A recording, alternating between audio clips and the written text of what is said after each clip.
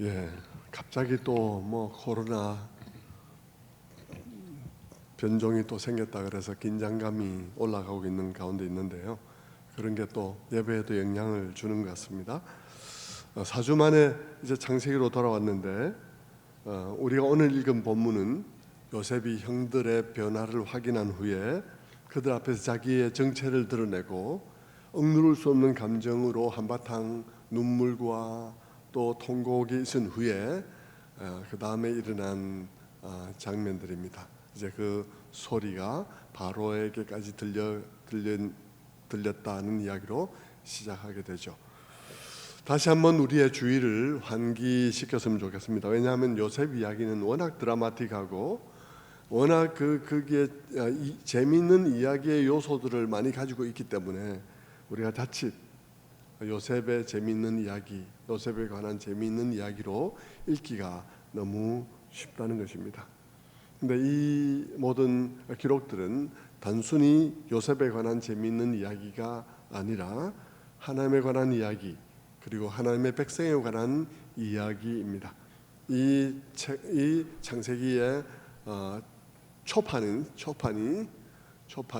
책으로 따지자면 초판은 광야의 이스라엘 백성들에게 주어졌고, 그것은 그들의 하나님이 누구며 그들은 누구인가 하는 것에 대한 대답을 주기 위해서 기록되어졌다는 사실을 늘 기억하셔야 합니다.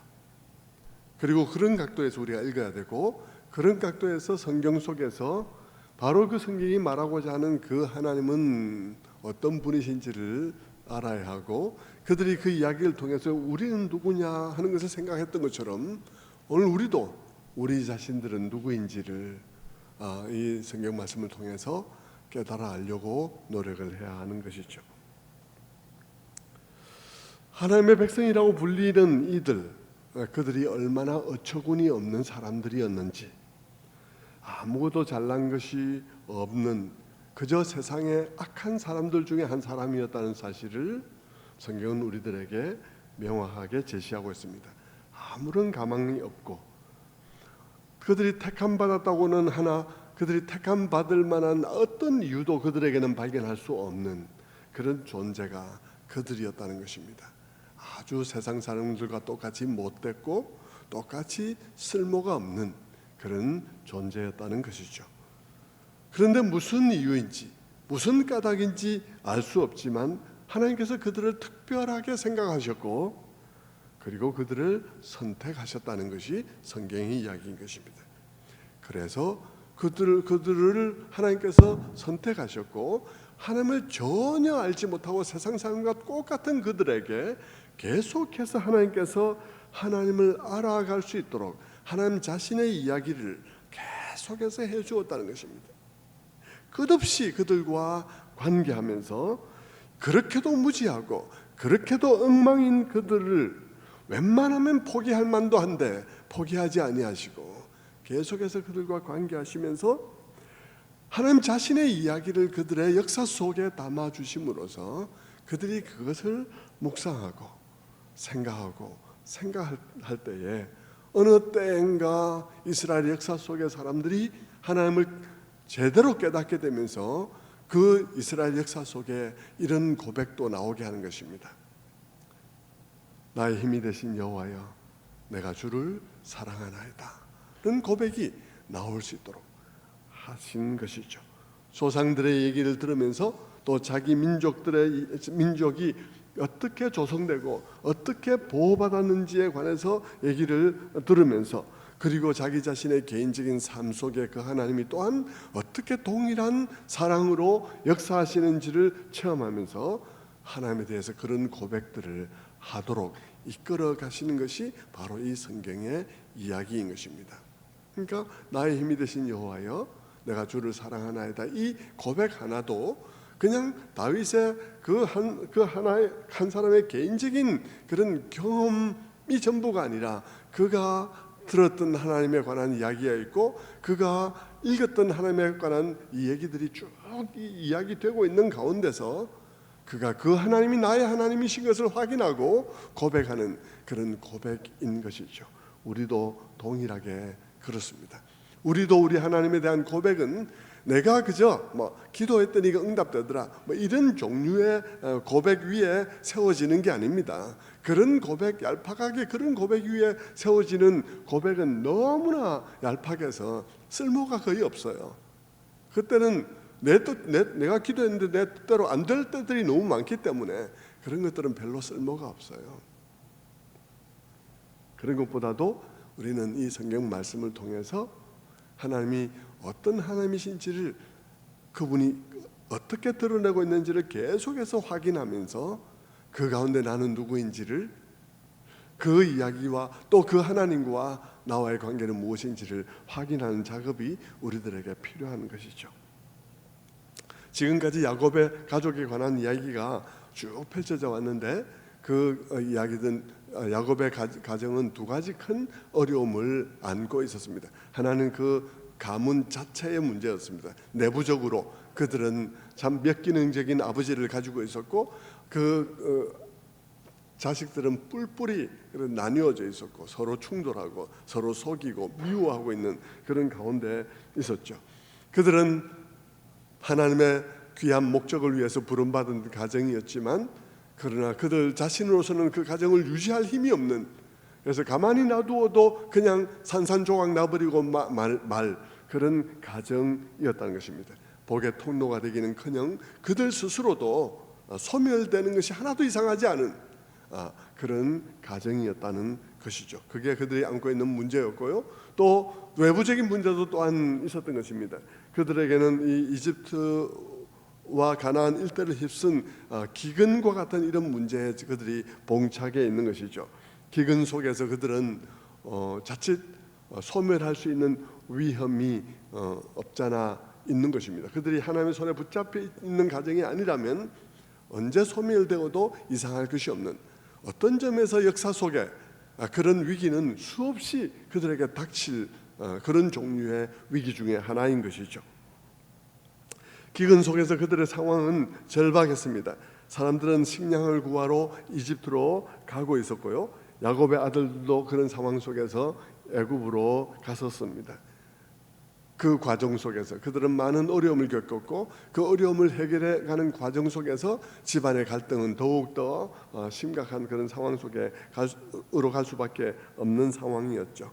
그들은 애굽으로 갔던 첫 번째 방문에서 스파이로 몰렸고 그 취조받는 과정에서 자기들의 인적 사항에 대해서 상세하게 얘기할 수밖에 없는 상황 속에서 갑자기 그들이 그렇다면 그 집에, 너희 집에 남아있는 그 동생을 데려오라고, 그렇지 않으면 너희들은 스파이라고, 이런 엉뚱한 그런 얘기를 함으로 말미암아서 베냐민을 데려가야 되는 그런 상황에 처하게 된 것이죠.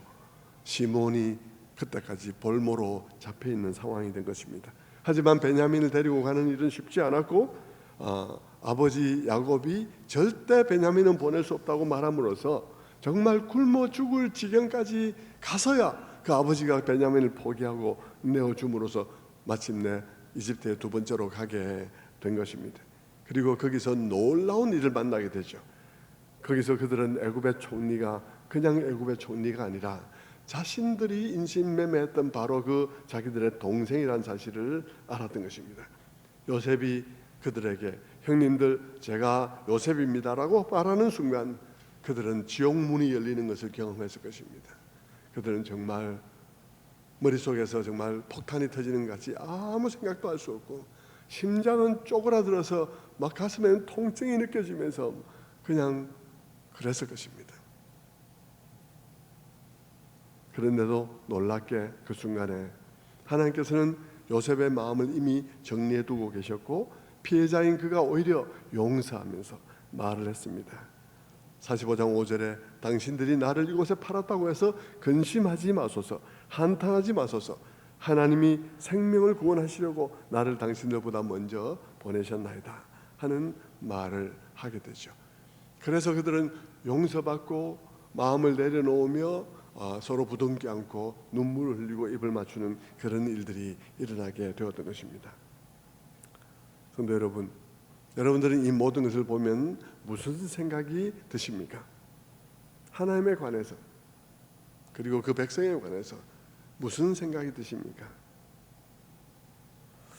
하나님은 어떤 분이시라고 생각이 드십니까? 하나님은 정말 신약에서 바울이 말한 것처럼 하나님을 사랑하는 자, 곧 그 뜻대로 부르심을 입은 자들에게 모든 것이 합력하여 선을 이루게 하시는 분이 바로 하나님이라는 사실을 보게 됩니다. 여러분, 바울이 로마서에서 그런 말을 했죠. 하나님을 사랑하는 자, 그 뜻대로 부르심을 입은 자들에게는 모든 것이 합력하여 선을 이룬다. 여러분, 그 이야기가 어디서 나왔겠습니까? 바울이 그냥 자기의 개인적인 삶의 경험 속에서 고백하게 된 것일까요? 아닙니다. 사실은 바울의 그런 모든 이야기들도 자기의 짧은 생애의 짧은 경험들을 통해서 얘기한 것이 아니라 그는 구약학자인 것입니다.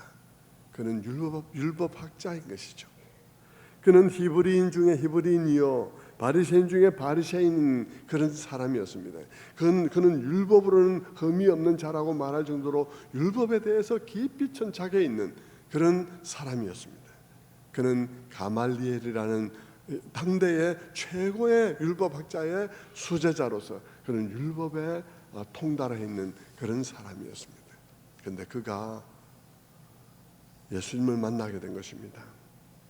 예수님을 만나기 전에 그는 율법에 대해서 많이 생각을 했어요. 많이 생각을 했지만 율법으로부터 많은 교훈을 얻었겠지만 율법이라는 게 꼭 뭐 하라 말라 얘기만은 아닙니다. 지금 이 모든 이야기들이 다 토라에 속한 것이거든요.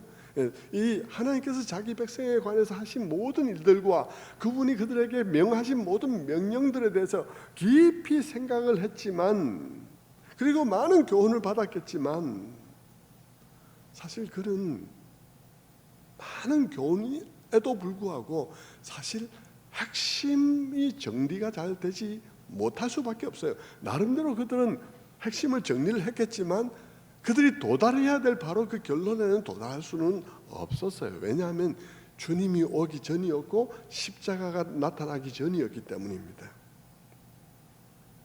그런데 그가 그 구약에 관한 해박한 지식을 가지고 있는 그가 예수 그리스도를 만난 후에 예수 그리스도가 오시기 전에는 율법을 연구를 해도 율법이 마치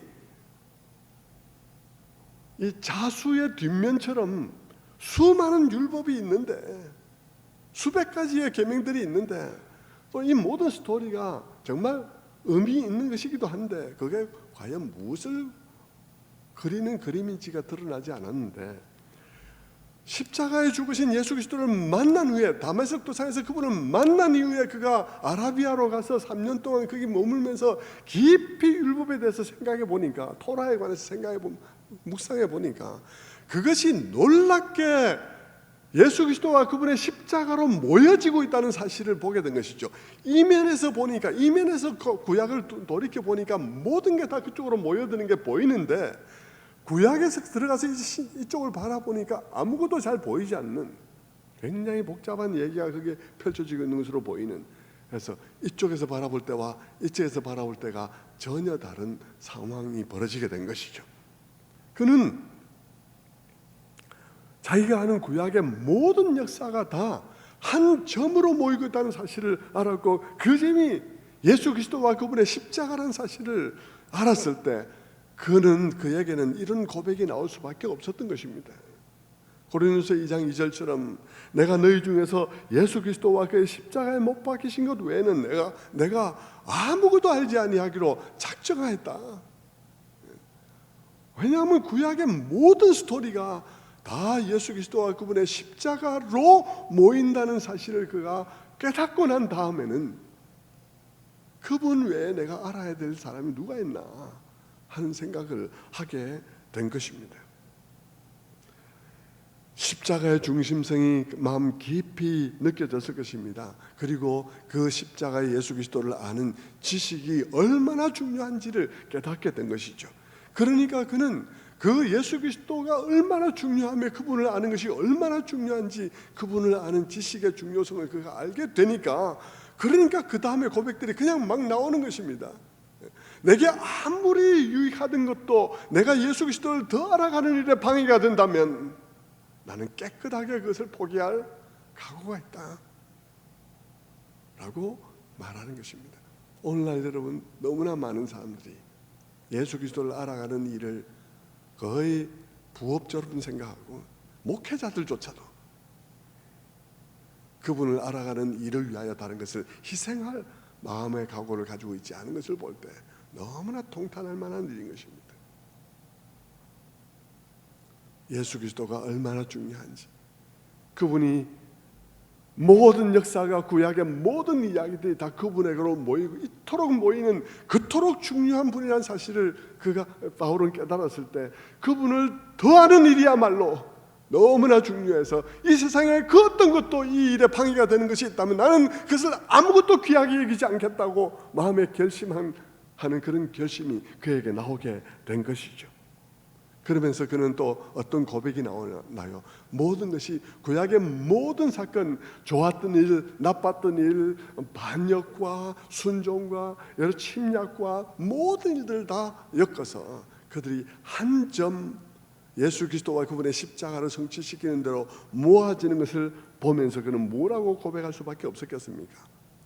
그는 로마서 8장 28절의 말씀처럼 우리가 알거니와 하나님을 사랑하는 자 곧 그 뜻대로 부르심을 입은 자들에게는 모든 것이 합력하여 선을 이루느니라 라고 고백할 수밖에 없는 것이죠. 그 선은 하나님의 목적을 말하는 것입니다. 나의 이익이 아니라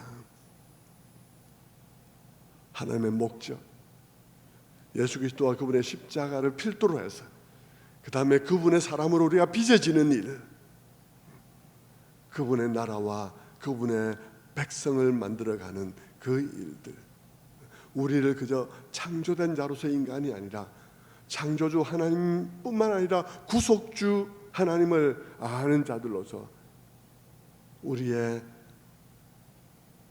형상이 회복되어지는 그 모든 일, 그것이 하나님이 생각하시는 계획이죠. 하나님의 뜻대로 부름받은 자들에게는 그 목적, 크게는 경제학으로 말하면 거시경제학, 미시경제학 이렇게 얘기하듯이 여러분, 하나님의 구속 역사의 큰 흐름은 예수 그리스도로, 그리고 우리 한 사람 한 사람에 관한 이야기들은 그분의 형상으로 가는 일을 위하여 모든 것을 합력하여 선을 이루도록 하시는 분이라는 사실을 고백하게 되는 것이죠. 그것은 단지 사도 바울 한 사람의 개인적인 짧은 생애로 인해서 발견한 게 아니에요. 그가 구약의 학자로서 구약의 모든 것을 다 통틀어서 볼 때에 그 모든 시간과 역사와 사건들이 예수 그리스도와 그분의 십자가로 모여진다는 사실을 그가 발견하면서 그는 하나님이야말로 그분이 택하신 자들을 위하여 모든 것을 합력하여 선을 이루시는 놀라운 분이라는 사실을 고백하게 된 것입니다.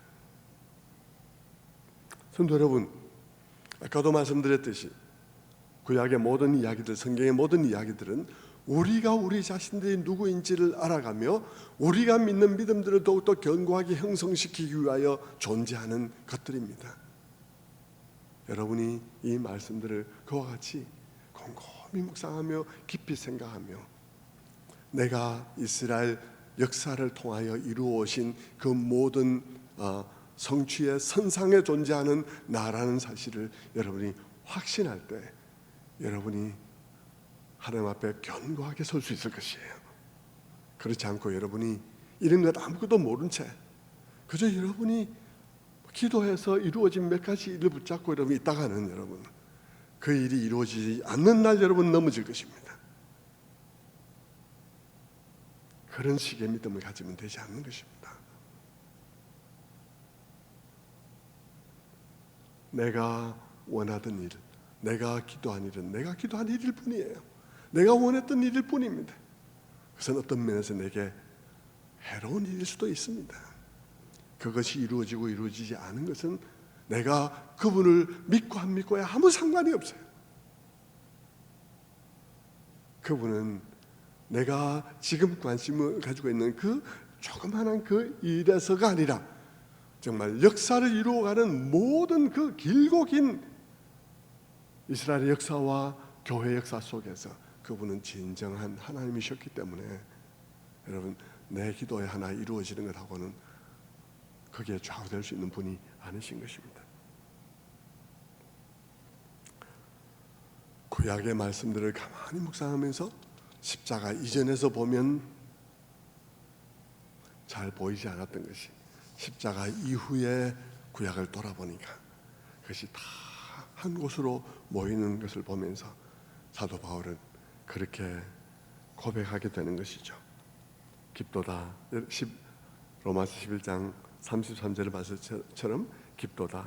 하나님의 지혜와 지식의 풍성함이요 그의 판단은 헤아리지 못할 것이며 그의 길은 찾지 못할 것이미로다. 여러분, 이런 사도 바울의 고백이 그저 자기 자신의 짧은 경험에서 나온 게 아니란 게 보이지 않습니까? 이런 엄청난 고백은요, 그가 이스라엘 역사를 꿰뚫고 있다는, 사실 로마서 11장 33절의 이야기도 이스라엘 백성들에 관한, 민족에 관한 얘기를 로마서에서 다루다가 결국 이 얘기로 연결되어진 고백이거든요. 사도 바울은 역사를 쭉 돌아보면서 하나님이 하신 일이 어떻게 한 점으로 모아지고 그렇게 되어져 가고 있는지를 그가 볼 때에 그는 이런 고백을 하지 않을 수가 없었던 것입니다. 자, 오늘 우리 본문으로 다시 돌아가서 촌리 공간에서 일어난 이 엄청난 일, 통곡과 기쁨과 화해와 얼싸안고 막 총리의 가족이 온 이 놀라운 사실은 즉각 애굽의 CIA에 의해서 애굽의 바로에게 보고되었을 것입니다. 정보 요원들이 보고 벌써 다 얘기했겠죠. 당시 요셉은 바로의 두터운 신임을 얻고 있었습니다. 요셉 덕분에 이집트에는 혹독한 기근에도 불구하고 식량이 풍부했습니다. 그것으로 이집트는 주변 정세를 자신들에게 유리하게 관리할 수 있었습니다. 그런데 그런 일이 벌어지자 바로는 요셉에 대한 신뢰와 감사하는 마음에서 요셉의 온 식구가 이집트에 와서 살 수 있도록 그들을 초청했습니다. 그러면서 모든 편의를 다 제공하고 땅과 함께 모든 편의, 애굽에 기름진 것을 다 제공해 주기로 약속을 했습니다. 그리고 그러면서 애굽의 모든 것들을 다 줄 테니까 다 버리고 오라고 그렇게 얘기를 하게 되죠. 요셉은 이제 아버지를 모시러 가는 형들을 위해서 많은 식량을 또 챙겨주고 또 선물도 챙기고 나기도 20마리나 또 주면서 10마리는 식량과 선물을 싣고 10마리는 또 뭐 딴 거 싣고 이래가지고 애굽에 징계한 것들 싣고 이래서 그들을 보내고 또 왕이 수레도 이렇게 내주라고 얘기를 해서 수레도 내어줘가지고 그래가지고 왕의 마차를 타고 이제 돌아가게 된 것이죠. 돌아가기 전에 요셉은 형들의 남루한 옷을 다 벗기고 새 옷으로 다 갈아입히고 베냐민에게는 옷 5벌을 더 주고 그리고 은도 300냥을 주었습니다. 그런 후한 선물은 형들에게 자신이 정말로 용서하고 있다는 사실을 보여주는 증거가 되었을 것입니다. 자, 돌아가는 형들의 모습을 한번 생각해 보십시오. 그들은 조금 전까지는 굶어 죽을 처해 있는 사람이었습니다. 그런데 그들이 돌아가는 그들의 모습은 엄청난 권세를 배경으로 가진 그런 사람의 모습으로 돌아가고 있습니다. 그들은 많은 것을 가지고 갔죠. 그들에게 주어진 많은 것들은 어떤 의미에서 가지고 갈 필요가 없는 것이었습니다. 왜냐하면 그들은 올 것이기 때문에. 나귀도 20마리는 끌고 가는 것도 힘든데 다시 끌고 오려면 차라리 그들이 돌아와서 정착할 곳에 매놓고 가는 것이 더 낫지 가지고 가는 것은 오히려 더 불편하겠죠. 그럼에도 불구하고 요셉은 그들에게 그 모든 것을 줍니다. 왜냐하면 아버지를 위해서 그런 것입니다. 왜냐하면 이 스토리는 믿을 수 있는 소식이 아니기 때문입니다. 오래전에 잃어버렸고 죽은 줄 알았던 아들이 살아있다는 것만도 믿을 수 없는 사실인데, 그 아들이 애굽이라는 강대국의 총리가 되어 있다는 사실은 믿을 수가 없는 일이죠. 그러니까 믿을 수 없는 그 일을 믿게 하기 위해서 왕실에서 내어준 수레가 등장하는 것입니다. 정말 야곱은 목이 빠지라고 두려워하면서 기다리고 있었을 거 아니겠습니까? 베냐민까지 다 보냈고 길은 험난하고 곳곳에 굶주린 사람들이 막 무엇이라도 약탈하려고 기다리고 있는 그런 상황 속에서 그 길을 돈을 들고 갔다가 곡식을 가지고 돌아오는 아들들의 안위가 걱정이 되었을 것이니까 굉장히 초조해하면서 기다렸을 것입니다. 그런 그들에게 그들이 돌아와서 아버지 요셉을 만났습니다 하는 얘기도 정말 심장마비 일으킬 지경인데, 아버지 애굽의 총리가 요셉이더라고요, 뭐 이렇게 얘기를 하면 정말 정신이 나가는 것이죠. 그럴 때 정말 얘들이 더운데 갔다 오더니 더위 먹었나 막 이런 생각이 들 정도로 막 그런 상황인데, 딱 보면 앞에 마차가 있는 거죠. 수레가 왕실의 수레가 있는 것입니다. 그리고 은하가 상백이 와 있어요. 같이 가면 돈보다 더 많은 돈이 와 있고 말이죠. 옷들이 다 바뀌어져 있어요. 양복으로 다 바꿔 입고 막 이렇게 새 옷으로 다 바꿔 입고 이렇게 와 있다는 사실은 안 믿을래야 안 믿을 수 없는 그런 것들이죠.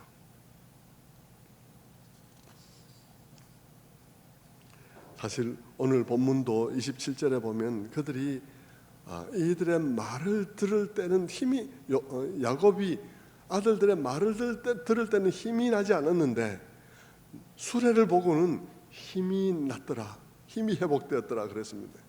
여러분, 이건 뭐 수레를 보니까 수레가 너무 좋아서 야 내게 정말 좋은 차 생겼다 이래서 힘이 난 게 아니고, 그것을 통해서 요셉이 살아있다는 사실이 믿어졌기 때문인 것입니다. 믿어진 것이죠. 나중에 다시 얘기를 해야 되는데, 사실 이 요셉이 이 모든 것을 준 것은 마치 하나님께서 우리에게 예수 그리스도께서 부활하신 사실을 믿게 하기 위하여 성령을 주신 것 같고, 성령 안에서 우리들에게 각종 그런 좋은 은사들을 주시는 것과 매우 흡사합니다. 또 때로는 하나님께서 우리들에게 또 축복을 주실 경우도 마찬가지죠. 우리로 하여금 그럴 때 우리가 이 야곱이 그랬던 것처럼 그 수레를 보고 그 은화를 보고 그 많은 선물들을 보면서, 평상시에 야곱이 평생도록 그런 물질적인 것을 위해서 피나게 싸웠던 사람입니다. 그렇지 않습니까? 야곱이 뭐 장자권을 위해서, 그 다음에 뭐 그 외삼촌 집에 가서는 양들을 위해서, 또 보이는 예쁜 아내, 얼굴 예쁜 아내를 위해서 그렇게 애를 썼던 사람이죠. 그런데 그가 지금 이게 값비싼 수레와 이 모든 것들을 보면서 거기에 마음을 빼앗기지 않고, 오히려 그것 때문에 요셉이 살아있구나 하는 사실을 믿고 요셉을 만나야 되겠구나 하는 마음을 가지는 것처럼 말이죠.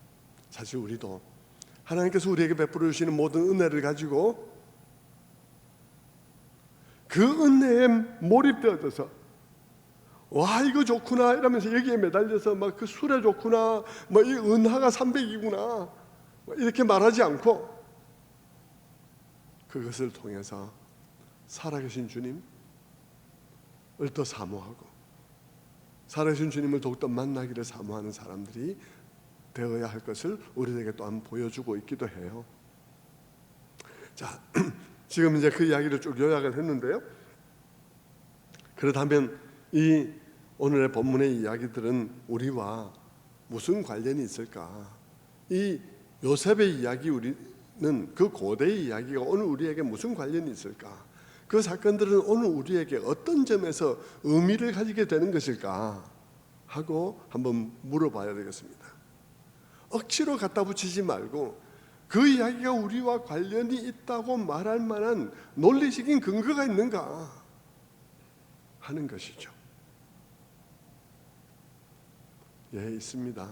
우리가 그것이 우리와 관련이 있고 관련성을 찾아야 할 논리적인 이유가 있습니다. 그 이유는 이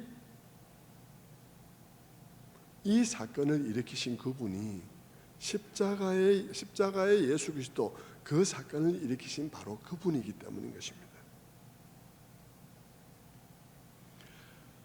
동일한 분이 이 사건도 일으키셨고 이 사건도 일으키셨고, 뿐만 아니라 그분은 이 십자가와 십자가의 예수 그리스도라는 이 사건을 오래전부터 생각하셨고 한 번도 잊어버린 적이 없으신 그런 분이 그 일을 일으키는 가운데서, 그 일을 일으키는 과정 속에서 일으킨 사건이기 때문에, 여러분, 우리가 오늘 우리 십자가를 믿는 우리들에게 주는 메시지가 여기에 담겨 있다고 생각할 만한 충분한 이유가 되는 것이죠.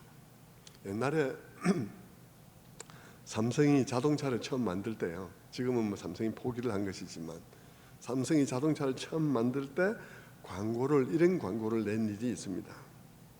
삼성이 만들면 다릅니다. 이런 광고를 여러분 한번 들어보신 적이 있을 겁니다. 삼성이 만들면 다릅니다. 그런 광고를 만든 이유가 있죠. 왜냐하면 삼성은 자동차 회사가 아닌데 이제 자동차를 만들려고 했기 때문인 것입니다. 아무리 삼성이지만 자동차를 만들지 않은 회사가 자동차를 만들었을 때 그 자동차를 타는 사람들에게 일말의 불안감이 있지 않겠습니까? 그럴 때 삼성은 그런 불안감을 지금껏 쌓아온 삼성의 브랜드 이미지, 신뢰를 통해서 극복할 수 있다고 본 것이죠. 그래서 그들은 광고 카피를 그렇게 만든 것입니다. 삼성이 만들면 다릅니다. 걱정하지 말라는 거죠. 자동차 회사가 아니긴 하지만 그러나 삼성이잖아. 그래도 삼성이 만들면 그 속에는 삼성의 혼과 삼성의 자부심과 삼성의 DNA가 담겨 있다고 말하고 싶은 것이죠. 비슷한 말입니다. 십자가의 하나님, 평생도록 그것을 목표로 모든 역사를 경영해 오신 그 하나님이 일으킨 사건입니다. 그렇다면 여러분, 삼성이 말하고 싶었던 것이 삼성이 만들면 삼성 속에 삼성의 혼과 자부심과 삼성의 DNA가 들어있습니다라고 말하고 싶었던 것과 마찬가지로, 여러분, 온 역사를 십자가를 위해서, 예수 그리스도와 그분의 십자가를 위해서 생각하시고 경영해 오시고 그러신 분이 그 과정 속에서 만든 이 사건 속에는 그분의 흔적, 그 십자가의 그림자, 십자가를 이루시는 그분의 전략, 그런 것들이 묻어 있지 않겠습니까? 그런 점에 있어서 구약의 이런 사건들은 우리들에게 그림자가 되는 것이죠. 이 이야기는 그냥 단순히 가난한 사람이 부자가 된 이야기가 아니라는 것입니다. 이 이야기는 대충 그래도 연필로 그린 십자가 이야기일 수밖에 없다는 것이죠. 신약에 오면 예수님께서 그렇게 말씀하십니다. 마태복음 5장 3절부터 6절에 있는 말씀 속에 심령이 가난한 자는 복이 있나니 천국이 그들의 것이요, 애통하는 자는 복이 있나니 그들이 위로를 받을 것이며, 6절에 의에 줄이고 목마른 자는 복이 있나니 그들이 배부를 것이며. 예수님께서 오셔서 하신 말씀은 십자가 사건은 그렇게 죄로 인해서 죄 가운데 자기들의 죄의 굴레를 벗어버릴 수 없어서 곤고해지고 비참해지고 그리고 죄책감에 시달리는 사람들, 그들이 예수 그리스도 안에서 부유해지고 자유로워지고 풍성해질 수 있다고 말씀하시는 말씀인 것이죠. 그 길이 우리가 반역한 예수 그리스도, 그분이 피해자가 대가를 지불함으로써 우리를 위한 용서의 길을 열므로 말미암아 가능케 되었다는 이야기를 신약에서 본격적으로 하고 있는 것입니다. 그러면서 하나님께서 그렇게 피해자가 대가를 지불함으로써 마련한 그 용서의 기회를 붙잡으라고, 그리고 예수 그리스도 안에서의 그 부요를 누리라고 요청하고 있는 것이 십자가 사건일 것입니다. 그렇다면 여러분, 이 십자가 사건은 이 요셉의 이야기와 꼭 같지는 않지만 그래도 목탄으로 그린 스케치 정도는 될 수 있다는 사실을, 그것이 그런 스케치 정도는 될 수 있다는 사실을 우리가 이해할 수 있는 것입니다. 그리고 그 두 사건 속에서 그 놀라운 복이 이루어지는 과정 또한 너무나 유사해요. 동일한 하나님이 일으킨 사건, 관장하고 있는 사건으로서 두 사건 속에서 그들에게 복이 이루어지는 과정도 너무나 유사하다는 것입니다. 마치 요셉의 형들이 자기의 형제를 인신매매하고 사실상 그를 자신들의 역사로부터 완전히 지워버렸는데, 그런데 그 일이 그들을 구원하는 사건으로 그들의 역사 속에 다시 돌아온 그 일이 지금 요셉의 사건 아닙니까? 그들은 요셉을 그들의 역사에서 완전히 지워버렸어요. 사실 죽인 거나 다름이 없죠.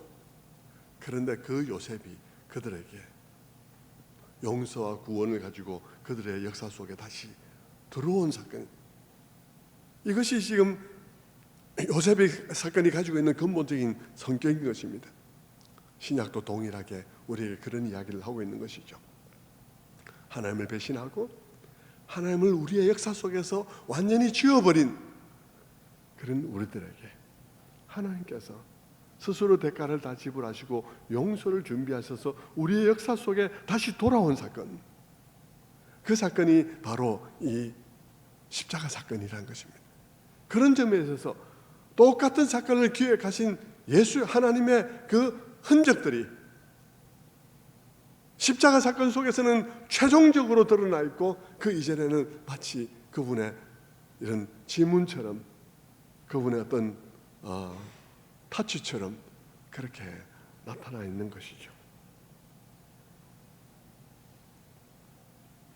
그리고 그 일들이 우리가 그분을 배신하고 우리가 그분을 배신한 그 사건을 통해서 일어났다는 사실을 성경 우리들에게 동일하게 얘기해 주고 있는 것입니다. 사실 여러분, 성경은 굉장히 직접적으로 우리가 예수 그리스도를 죽였다고 얘기를 합니다. 예수님을 죽인 문제에 있어서도 우리는 종종 이렇게만 생각하죠. 예수님께서 나의 죄 때문에 죽으셨어. 그 방법밖에는 없었기 때문에 예수님께서 나를 위해서 죽으셨어. 그러니까 내가 예수님을 죽인 거지 뭐. 이렇게 이제 우리는 생각을 합니다. 그런데 여러분, 성경은 그렇게만 얘기하지 않아요. 물론 예수님께서 우리 죄를 위해서 죽으셨고 그 길밖에 없어서 예수님께서 우리를 위해서 죽으셨으니까 우리가 예수님을 죽인 셈이야 하는 각도에서 성경도 물론 우리에게 얘기를 하고 있는 면이 있지만, 그러나 여러분, 성경은 그렇게만 얘기하고 있는 게 아닙니다. 성경은 그보다 훨씬 직접적으로 네가 예수님을 죽였다고 말을 하고 있습니다. 네가 예수님을 죽였다고. 그게 오순절 이후에 베드로의 설교에서 나타났는데, 그 설교를 보면 이렇습니다. 사도행전 2장 36절에 이렇게 말하죠. 그런즉 이스라엘의 온 집은 확실히 알지니 너희가 십자가에 못 박은 이 예수를 하나님이 주와 그리스도가 되게 하셨느니라 하니라. 또 3장 13절에는 이렇습니다. 너희가 그를 넘겨주고 빌라도가 놓아주기로 결의한 것을 너희가 그 앞에서 거부하였으니, 이스라엘의 온 집이 확실히 알지니 너희가 십자가에 못 박은 이 예수를 하나님이 주와 그리스도가 되게 하셨다. 너희가 그랬다라고 말을 하는 것입니다. 그런데 여러분, 이 베드로가 설교를 할 때 베드로의 설교하는 앞에 서 있던 사람들은 예수님이 죽으실 때 예수님을 죽인 사람들과 같은 사람이라는 보장이 없어요. 게다가요, 아닐 가능성이 훨씬 높은 것입니다. 왜냐하면 여러분, 베드로가 설교할 때 그 앞에 있었던 사람들은 오순절 날에 예루살렘에 올라온 이방에 살던 유대인들이 거의 대부분인 것입니다.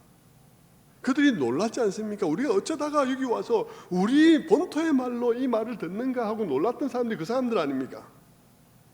그들은 예수가 누군지도 모를 수 있는 사람들입니다. 예수님이 그 땅에서 이렇게 사역을 하실 때 한 번도 예수를 본 일이 없는 사람일 수도 있어요. 거의 대부분이 아마 그랬을 것입니다. 그들은 어떤 점에서 예수 죽인 사건과 아무 상관이 없는 사람들일 수도 있는데, 그들에게 베드로가 너희가 십자가에 못 박은 예수라고 그렇게 말을 하고 있다는 것이죠.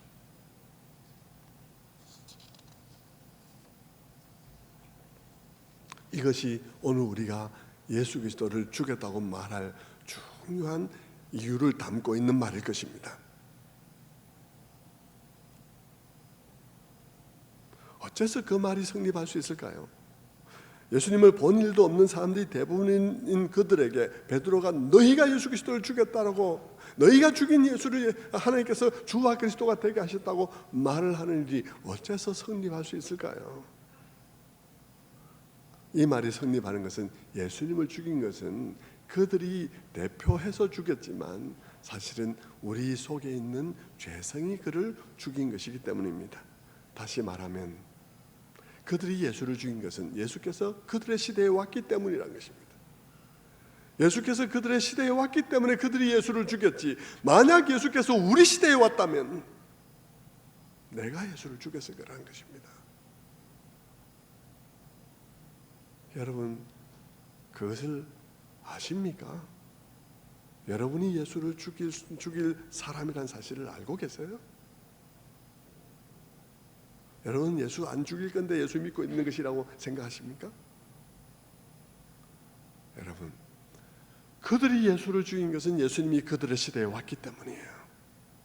그런데 그 예수님께서 오늘 우리의 시대에 왔다면 저는 틀림없이 제가 그리고 우리가 예수님을 죽였을 것이라고 생각합니다. 우리 중에 누군가는 대제사장이 되고 누군가는 빌라도가 되고 누군가는 군중이 되어서 그 예수를 죽이고 말았을 것입니다. 왜 그렇습니까? 오늘 우리를 보십시오. 우리 속에 있는 죄성을 보십시오. 우리가 그를 죽이지 않게 돼 있는가? 오늘 우리는 어떤 사람들입니까? 오늘 우리는 약간의 의인들은 우리가 칭찬합니다. 약간 의인들을 우리는 칭찬합니다. 그러나 많이 의인인 사람을 우리는 불편해합니다. 많이 의인인 사람을, 내만큼만 의인인 사람 좋아합니다. 나보다 조금 의인인 사람도 웬만큼은 봐줍니다. 그러나 여러분, 그 사람의 존재가 내게 찔림이 되는 많이 의인인 사람을 우리는 미워합니다. 그 사람을 불편합니다.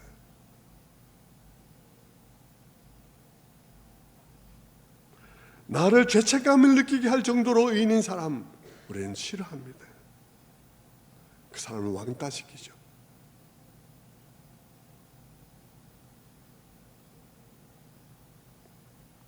그리고 우리는 저기서 의인을 좋아합니다. 신문에 보도되는 의인을 좋아합니다. 그런데 내 곁에 있는 의인을 싫어합니다. 그래서 우리는 예수를 죽일 수밖에 없어요.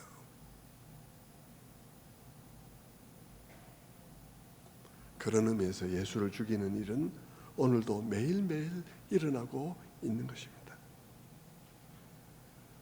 그래서 베드로는 그들 앞에 있는 그 사람들이 예수를 죽이는 현장에 있지 않았지만, 그러나 그들이 예수를 죽였다고 말하는데 주저하지 않습니다. 우리 모두의 속에는 예수님을 죽이고도 남는 죄성이 우리에게 있는 것입니다.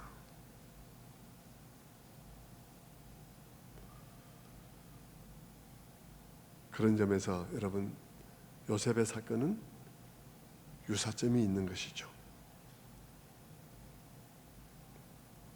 그리고 요셉의 사건은 또 많은 다른 점에서 유사점을 가지고 있어요. 형들에게 아예 가서 아버지를 데리고 이사를 오라, 그리고 여기 와서 살으라 하는 대목도 그렇습니다. 복음도 우리들에게 그렇게 요청을 하죠. 아예 다 이사 오라고, 아예 너 뿌리를 뽑아서 여기 들어오라고, 아예 예수 그리스도의 통치 아래로 들어와서 살으라고. 그저 가끔 필요할 때만 와서 기도하고 뭐 응답 받았네 어쩌니 그러면서 다시 돌아가서 거기서 살고 그러지 말고, 아예 이사를 와서 여기서 요셉의 통치 안에 있는 그 부유함을 누리면서 살아가라고 초청하죠. 그리고 요셉의 그 초청 또한 비록 요셉이 한 그런 제안이지만 바로 왕의 마음도 똑같았습니다. 바로 왕 또한 요셉을 지극히 사랑함으로 요셉 때문에 그들을 기쁘게 받아들였습니다. 이게 우리가 듣고 있는 복음과 굉장히 흡사한 야곱과 그의 형제들에게 들려진 복음입니다. 그들만을 보면 바로가 그들을 기쁘게 받아야 될 아무런 이유가 없습니다. 그 거지 행세에 그들을 받아들여야 할 아무런 이유가 없죠. 그리고 그들에게 좋은 땅 주고 좋은 그 기름진 것을 줄 아무런 이유가 없습니다. 바로가 그들을 받아들이는 이유가 있다면 단 하나, 요셉 때문이죠. 동일한 일이 우리들에게도 일어난 것입니다. 하나님께서 우리를 그분의 가족으로 받아들일 아무런 이유가 없습니다. 우리는 보다시피 우리가 너무나 죄성으로 가득 차 있는 존재들이잖아요. 그런데 하나님이 우리를 그분 안에 들어와서 살라고, 아예 이게 들어와서 살으라고, 이게 들어와서 나의 모든 부유함을 누리라고 말씀하시는 단 하나의 이유가 있는 것입니다. 그 이유는 그분의 아들 때문인 것입니다.